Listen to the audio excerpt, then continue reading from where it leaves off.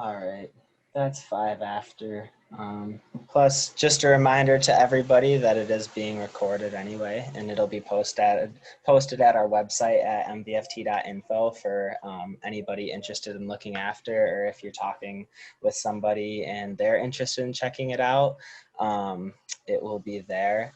But welcome, everybody. My name is Parker Trombley. I'm a senior in aerospace engineering, minoring in computer science, and I'm the current president for Michigan Vertical Flight Technology.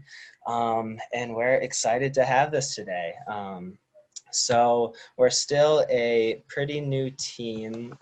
We got started back in February 2018 because we saw all of the stuff happening in industry regarding electric vertical takeoff and landing aircraft with respect to urban air mobility, and thought that like with that emerging industry happening, that there should really be some student engagement in engineering at the college level. It started with just at Michigan, and then we thought, it should be a national thing. We have all of these other design, build, compete competitions for engineering students, and if this industry is really going to take off, then how can you really grow that industry without feeding it with experienced students? So that was a big motivation for us from the beginning.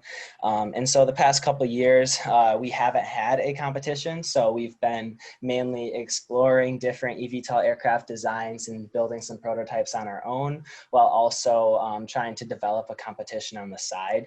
And so something exciting this year is that we have finally had the opportunity to partner with the Vertical Flight Society and actually get that competition launched. So we'll talk a little bit more about that later. And so looking back on our progress when we first got started out a couple of years ago, we started out designing and building a 10-pound demonstrator aircraft, we dubbed it. And our idea behind this was that even if we're not in a competition, if we want to have a competition at some point, then it would be in our best interest to start building the type of aircraft that we would see competing in the competition. So then we can kind of get an idea of like how much money it takes, how much student involvement it takes, and what really experience level you need to get students working on these kinds of aircraft, and also see what kind of the perfect size aircraft would be for the competition. So we did that with the aircraft you see on the right. We've done a lot of thrust testing to try and optimize the propeller for both vertical and cruise flight, because so you have your different forms of eVTOL aircraft. And the simplest ones and arguably most stable are dubbed two-phase, which is basically we have a strictly vertical propulsion system and a strictly cruise propulsion system. So you can see there on this aircraft, the vertical motors would be mounted there, and then the cruise motors, you can barely see the mounts in the back, but they're right there. So then you have the vertical propulsion, and also once the cruise propulsion kicks in, the wings will be providing your lift, and then your vertical motors can be turned off. But before we wanted to test that aircraft, we obviously didn't want to destroy it when we put so much time and money into it. So we built an octocopter hover rig to basically do some rigorous VTOL testing. And looking back on it, that was a very smart decision because there were definitely a few crashes. And then also one thing is like being a student team, we wanted to engage the student body as much as possible. And we've had within our team from the beginning, students interested in the hobby of flying fixed wing and quadcopters. So we've also built a couple fixed wing and quadcopter trainer aircraft for students interested in kind of learning how to pilot those. And then as we've gotten some more experience on the team, we've been able to do some custom power systems, and then this past year a lot of flight testing. And then so this past winter we had the opportunity, we were approached by Dr. Was, the chairman of the aerospace department, to basically participate in this project for developing a VTOL drone for medical supply delivery in Rwanda. And so we were super excited about that because it was an opportunity for us to actually work on a project given to us rather than us setting our own requirements, and to work on something where it actually has a great humanitarian application. We could potentially use our skills to help people out. So last semester, we spent a lot of time developing developing that aircraft on the design side of things. And we actually were going to have the opportunity to send a few students to go test the aircraft in Ghana and present at this summit in Ghana. But unfortunately, right as we were about to start ordering all of our materials to build the aircraft, we basically had the design set. The project was cut short due to COVID-19. So that was a bit disappointing, but it was a great taste of actually being presented with a set of requirements for our team and working on building them from there. And also like getting some firsthand experience, even if we didn't end up going out there and testing it, getting some firsthand experience to see really what kind of impact that eVTOL technology can have in the world.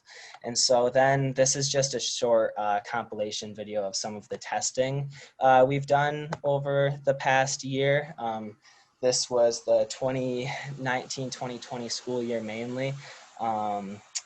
There wasn't time to get any music in here, so I guess I will just narrate over it, but that's the octocopter VTOL hover rig we were talking about. So basically just a really heavy, robust platform that we could start testing our vertical propulsion system on and tuning the aircraft without really risking those fragile wings that you saw in the previous picture. So starting out, we had some tethered testing that you saw there so that we knew the aircraft wouldn't get out of control.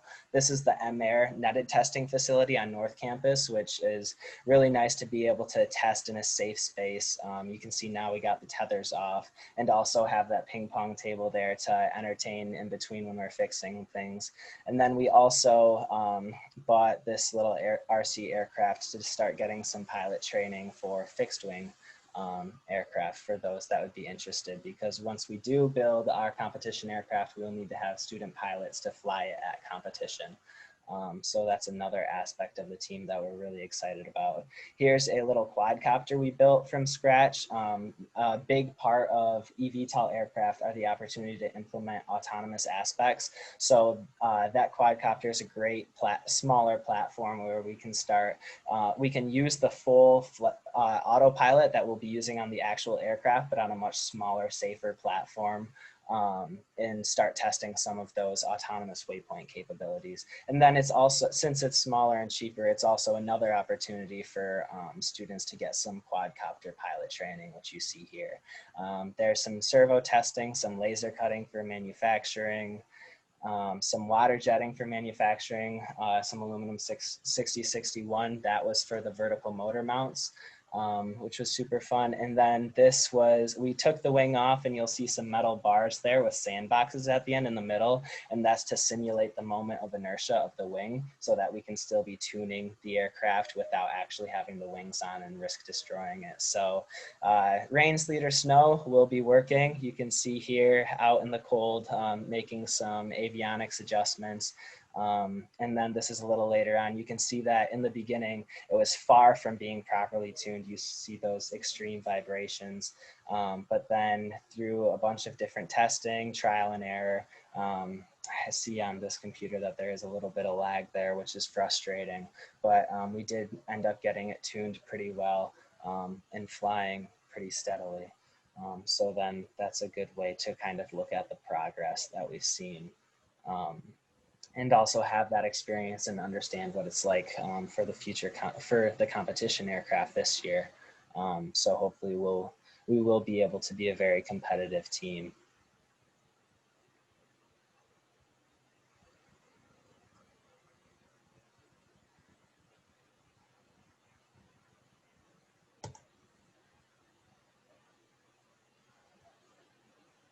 And a nice smooth landing. So I'm going to exit this so that it stays full screen.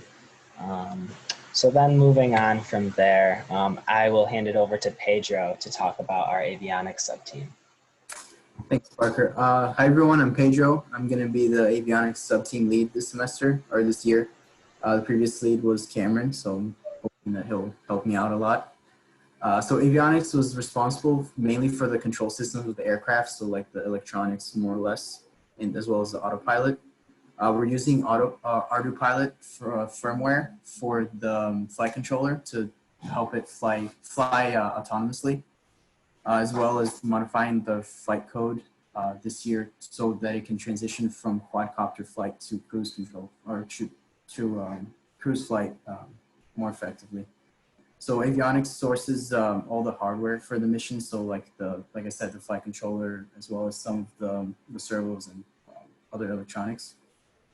For this year, we're going to be integrating the avionics into the flight vehicle so that we can optimize the controls throughout the testing. So basically test it on the small quadcopter and the trainer aircraft, and then integrate it over to the big one. Next, we have Brian going over the propulsion subteam. Hi, everyone.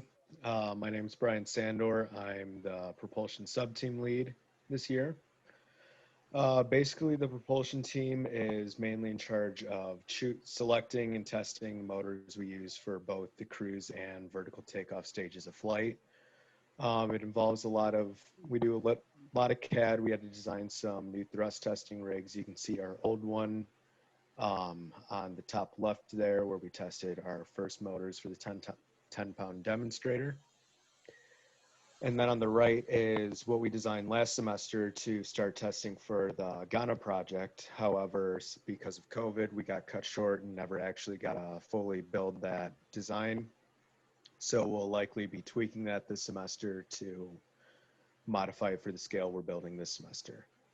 And then on top of that, we're working on creating an automated sensor package for that thrust testing rig. In the past, we had to basically yell out each of the data points as we were testing, which resulted in a lot of lost voices and not very good data. So we're trying to improve that this semester. So we could definitely use a lot of CS help to really get that working smoothly, as well as working on the data analysis from that.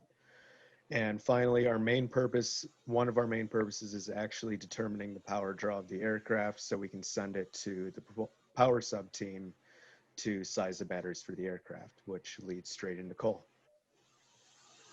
Hey guys, I'm Cole. I'm a senior in electrical engineering, and I'm actually heading up the brand new power system sub team, so I'm really excited about that.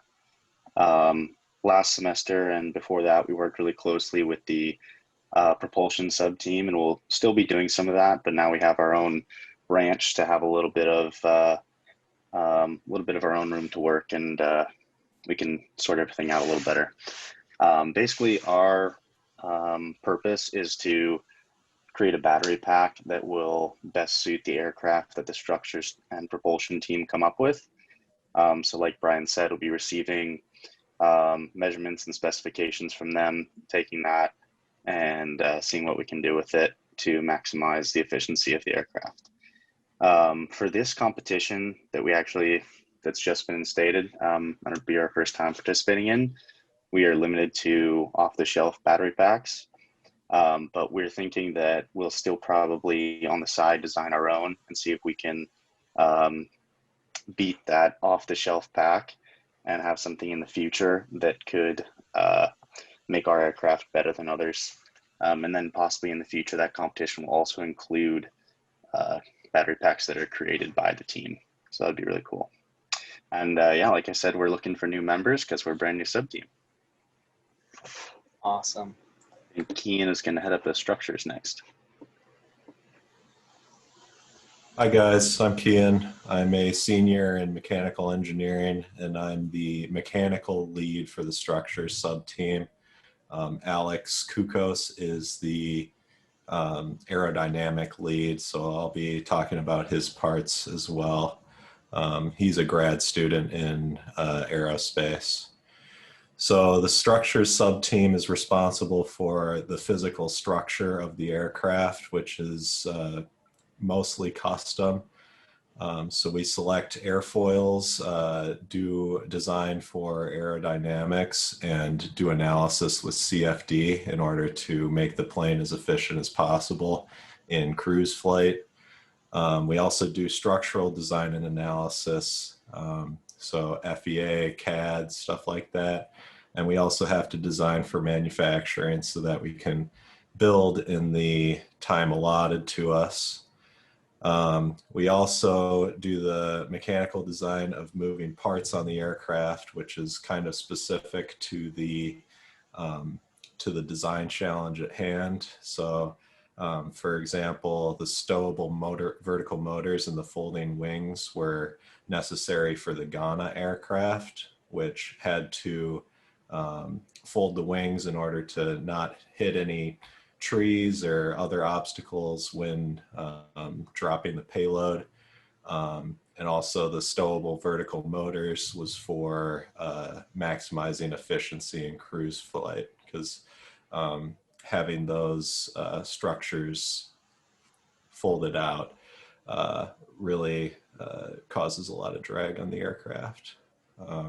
We also designed for seamless subsystem integration. So we got to work with all the other sub teams, propulsion, power, avionics, to make sure all the components actually fit together in the structure we've designed.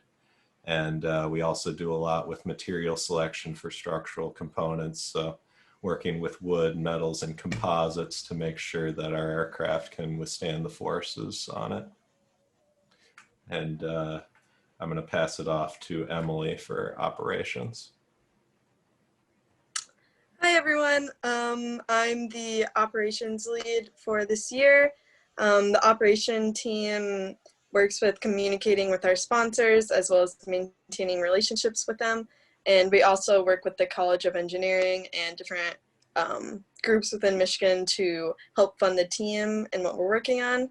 And then we also work with other sub-teams to keep the team on track. So a lot of the members of the operations sub-team are typically also on other sub-teams. So you're able to be on multiple sub-teams and still help out. So yeah, on operations, we also work on system integrations. That means looking at the parts and what the other sub-teams are working on and making sure we're all on the same timeline so that we can have more efficient process and to be able to integrate our parts together. So to be able to integrate them together, we have to be on the timeline for that. And by being on multiple sub-teams, team members are able to be exposed to various parts of the team. So most of the people on the operations sub-team are encouraged to also join other parts. But if you're interested in the operations and business side, then I'd definitely reach out to me about the operations sub-team. Awesome. Thanks, everybody. So then looking at some of the more general stuff, like we talked about, we do all of our own manufacturing for the aircraft. So anything from CNC routers, mills, laser cutters, like you see in that picture and you saw in the video, cutting with the water jets, making parts on the 3D printers when we're trying to rapidly get something together for a test, doing composite layups as you see in that top picture to try and create some lightweight parts. This one was for the fairing on the 10-pound demonstrator, and then also a lot of soldering since we do all of our own power systems. And then here's some more pictures from that. You can see the water jet on the top left, putting together some power connectors on the bottom left. In the middle, the parts fresh out of the water jet. On the top right, you can see us putting together the actual wings. So all of those balsa ribs, and then wrapping them with wrapping the wings, and then also you can see the carbon fiber spars going through on the bottom right picture, and then you can also see the water jet aluminum ribs holding together the biplane wings. So then looking at our testing, there's a picture of the MAir facility that you saw in the video, and then also one of the old propulsion tests on the right. In that specific test, we had the motors stacked coaxially, and you can see that middle part between the motors, it was a 3D printed motor mount, and that made it so that we could easily switch in and out the motors and adjust the distance between. So we were getting data on basically the thrust output versus distance, and then we also did that horizontally as well. So that's kind of a taste of the different thrust testing we do to try and get as much performance as possible out of the aircraft and drive what the overall layout of the aircraft will look like. So thrust testing in the Wilson Center, and hopefully this year, as long as move-in goes well in the robotics building as well, we should be getting some space in there. And then for fixed wing flight testing, we'll be using the Flying Pilgrims RC Club, which is off campus but nearby. So then moving over to the competition. So like I said, the team was founded on the fact that we wanted to get as many students engaged in eVTOL as possible. So alongside all of our own project development, we've been continuously thinking about and developing the rules for what a competition should look like for a design, build, fly for eVTOL aircraft. And at the beginning of last school year, we started talking with the Vertical Flight Society about the potential of them adopting our competition. And this past spring, they did finally commit to it. And so we've been working with them all summer to develop the rules for the competition. So that's really exciting that we'll have a national intercollegiate design, build, fly competition for these types of aircraft. And it should really improve student hands-on experience with the aircraft and feed that new industry. That's super exciting. And also, not to mention the level of multidisciplinary design that goes into these aircraft, because as you saw with all of our sub-teams, you think eVTOL aircraft and you might just think aero, but you really need every kind of engineer on there. And so the inaugural competition is this year, and the Army Research Lab has been kind enough to host us at their new R2C2 location, which is a robotics research and testing facility. And our event will actually be one of the first big events held there over in Grace's Quarters, Maryland, and that'll take place April 16th. Now, as far as COVID concerns go, if things haven't gotten to a safe level to hold a competition at that time, there is the potential for the fly-off to be canceled, but no matter what, there will still be a competition because we have some deliverables throughout the year for technical design reports, presentations, things like that, where we can still create the design for our aircraft based on the given requirements. And given COVID safety precautions throughout the year, we could still potentially build the aircraft even if we don't end up attending the fly-off. So no matter what, there will be a competition for us to compete in this year. We will be designing the aircraft for the competition. And more information can be found at vtol.org/fly. And if you join the team, we'll be talking about the competition a ton because we'll be going through the rules to establish exactly what kind of aircraft will best suit this competition's rules so that we can be as competitive as possible and hopefully bring home a win for Michigan at the very first competition. And so, like I said, it's a design, build, fly framework. We were in communication with some other organizations a while ago that may still help out with sponsorship or different aspects of the event this year. But kind of the main focus, given that the application of the aircraft, although subscale, is urban air mobility. And if you're not familiar with the concept, you can basically think of it as Uber for air. So ride sharing on electric aircraft. So it would be, the idea is to carry people as passengers. So with that, if they're operating in cities, kind of the idea is to have skyports where aircraft take off and land on high rises within the city to come to and from cities in different locations within the city or even regional transportation. So with that, you don't want massive loud aircraft coming in. So kind of the criteria focus are compact size, maneuverability, noise endurance. And since this is a new industry and the aircraft looks so foreign to most people, marketability is also a big aspect of that, because if people don't feel safe, if the aircraft don't look pleasing to the eye, then nobody will want to get on it and the industry will fall through from there. So that is also a big aspect. And those will also be reflected in the types of events at the fly-off. We will have a maneuverability course to fly, an endurance course to fly, and then also an optional autonomy bonus challenge. We'll talk more about that later once you're on the team. But basically, a bit like I mentioned during the video, a big aspect of these aircraft are their autonomous capabilities, and that'll also improve the safety as well. But with it being the first competition, we want to make sure that the required parts of the competition are very achievable. And then with the optional autonomy bonus challenge, we can hopefully get as many participants as possible, and it can go well. And then in future years, that will be completely integrated as a part of the competition. So what's next for us? So with the avionics, a lot of the avionics system does transfer over with minimal change required for different aircraft, depending on how different the aircraft is. So we're looking at doing a lot of flight testing again this year with a 10-pound demonstrator to continue getting that experience tuning and flying. And also, like I had mentioned about that smaller quadcopter, implementing ArduPilot's autonomous capabilities with that. And then once we do that successfully, adding that to the 10-pound demonstrator. And so then we can use those skills for the competition aircraft. But as is to be expected, the biggest focus is beginning this design cycle for the competition. So we'll be looking at the competition rules, how the different events are scored, and seeing what would be the best aircraft for us to design to win this thing.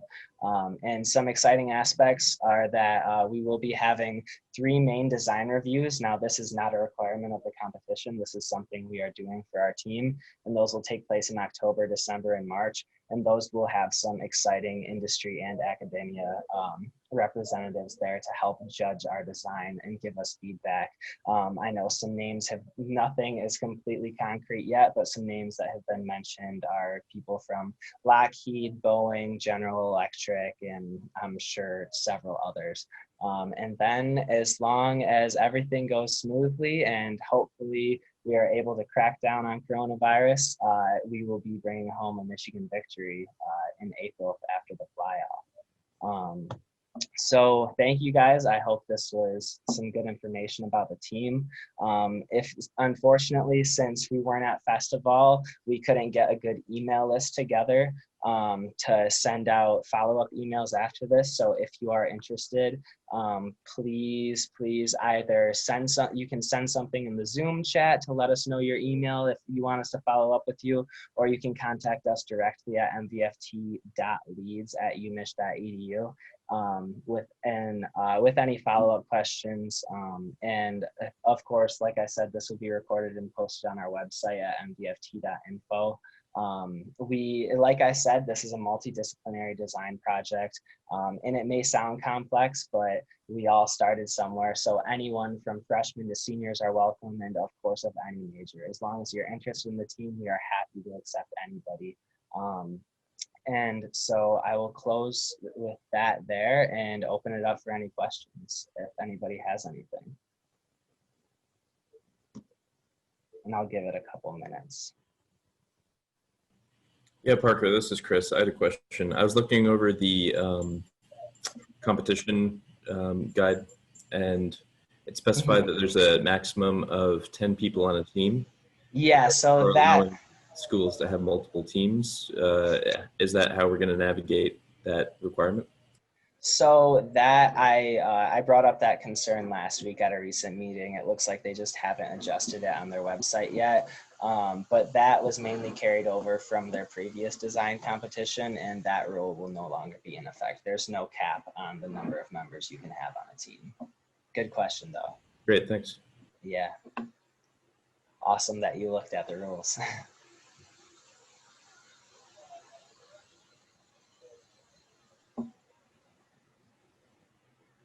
All right. If no one else is going, I'll follow up with another. Yeah, of course. You're kind of in a unique situation since you helped to architect the competition we're doing. Mm-hmm. How much of that did you build towards the design you already have?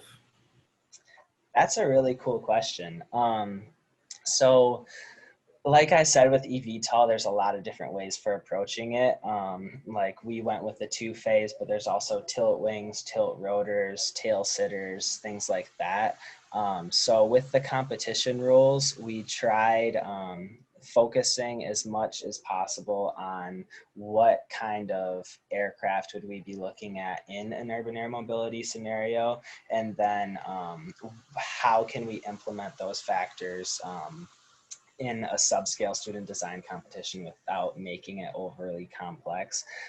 And one thing is like when we first started with the rules for the competition, kind of just in the idea phase, it was before we even had the design for the 10-pound demonstrator. So I'm sure that unknowingly, there could have been some things written in with the rules that were applied to this aircraft, and our previous aircraft are all that I had experience, or any of us had experience with, as far as understanding what it would take for a student design team. So inherently there may be some aspects of that, but with that being said, over the summer we had a really great team over at Vertical Flight Society with employees from Vertical Flight Society, some volunteers from different academic institutions, some volunteers from Army Research Lab, from NASA, from Boeing, from GoFly as well, and also the AIAA Design-Build-Fly competition coordinators. So we've been able to have a lot of people go over the rules that weren't attached to MVFT specifically whatsoever.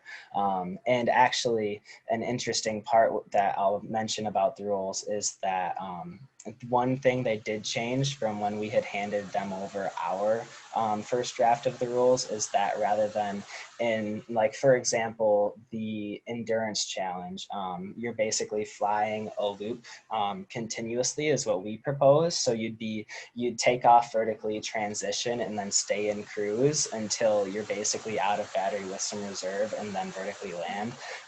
And that would be ideal for our aircraft because, like, once our aircraft with the 8 motors is extremely power intensive for the vertical takeoff and landing. So we need to minimize vertical takeoff and landing as much as possible and stay in cruise. But one thing they changed is every time you complete a lap, you have to land and come to a complete stop. So that's going to be forcing teams to really focus on having an aircraft that transitions well and is pretty efficient in both cruise and hover.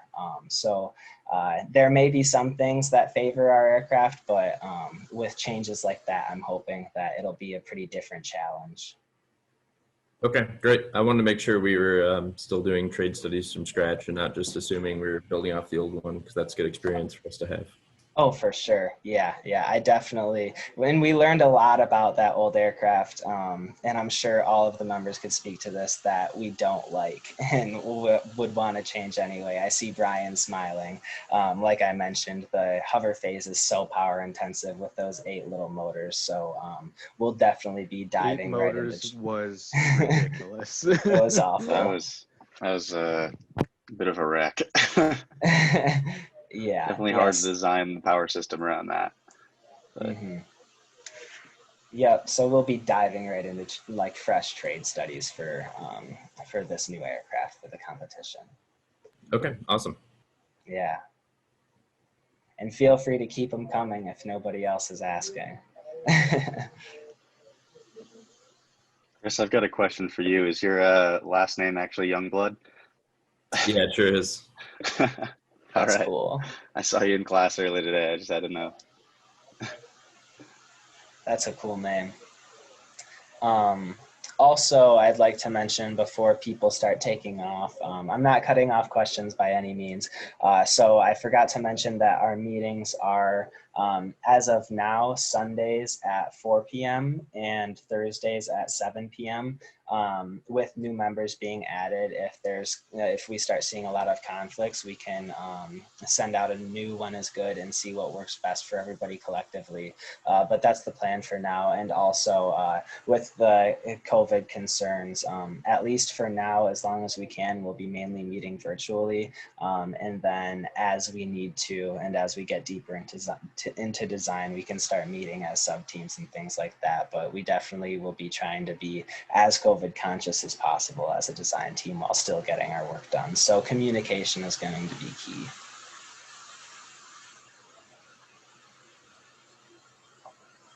Try and look and see. Are we still on?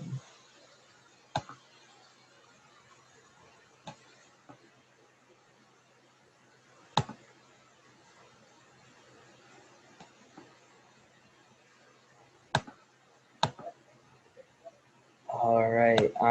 If there aren't any other questions, like I said, feel free to either send your email in the chat or email mvft.leads@umich.edu if you're interested in joining, and we can get you added to our Slack workspace and also our Google Drive. And then we'll also be sending out a follow-up to as many departments as we can to reach people for signing up. Since we weren't able to do that through Festival. But I appreciate everybody coming. Happy to see some new faces and hoping to see you at the meetings as well. I'll stay on till everybody's off just in case there's some last minute questions. But other than that, thank you guys again for coming, and we're excited for an awesome year despite what challenges may be in place. Thank you. Great presentation. Thank you. Thanks, everybody.